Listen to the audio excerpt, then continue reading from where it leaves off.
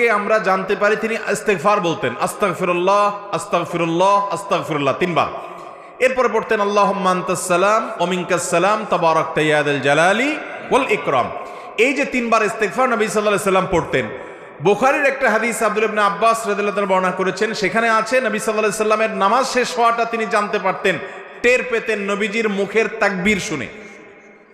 এখন এই হাদিসের আলোকে অনেক উলামায়ে কেরাম বলেন তাহলে সালাম ফেরানোর পর প্রথম তাকবীর বলতে হবে, যেহেতু তাকবীর শুনে সাহাবী বুঝছেন নামাজ শেষ হয়েছে, তার মানে আগে আল্লাহু আকবার বলতে হবে, এরপরে 3 বার ইস্তেগফার বলতে হবে। এটা একটা গবেষণা এই হাদিসের আলোকে। অবশ্যই এটা যে সমস্ত উলামায়ে কেরাম বলছেন এই হাদিসের ভিত্তিতে বলছেন, সেটিকে উড়িয়ে দেওয়া যাবে না, অর্থাৎ তারা হাদিস বিরোধী আমল করেছেন বলা যাবে না, এটাকে সুন্নাহর খেলাফ বা আপনি একেবারে সারাসার গলত বলবেন না, বরং এটা তার গবেষণা হতে পারে এটা।